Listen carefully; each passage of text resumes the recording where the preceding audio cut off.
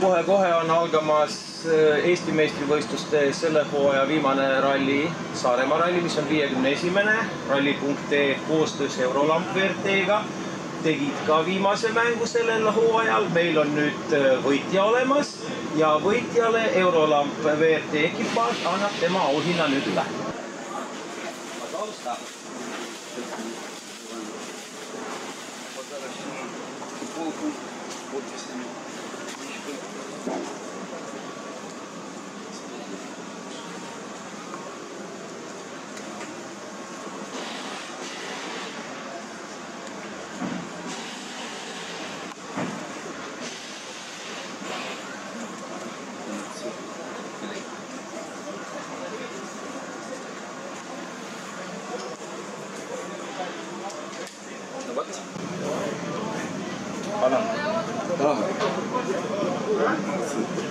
Rallipunkt omalt poolt ka, soovib palju õnne võitjale.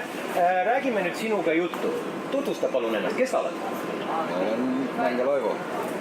Ja kas see oli sul esimene selline loosis osalemine või? Ei osalemine kindlasti. Ei ole. Aga võit oli esimene.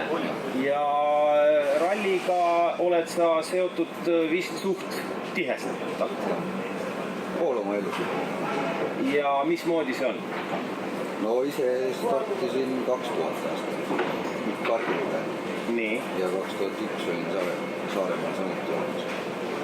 Sõitmas ka ja kaardiluga. Ja nüüd sellel Saaremaa rallil?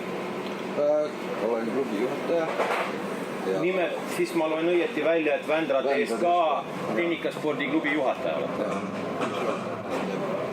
Ja meil on väljas 2 ekipaaži, pluss 1 kaardiluga.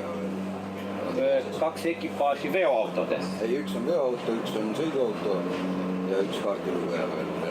Nii et tööd on praegu kõvasti, et igav ei ole. Ei.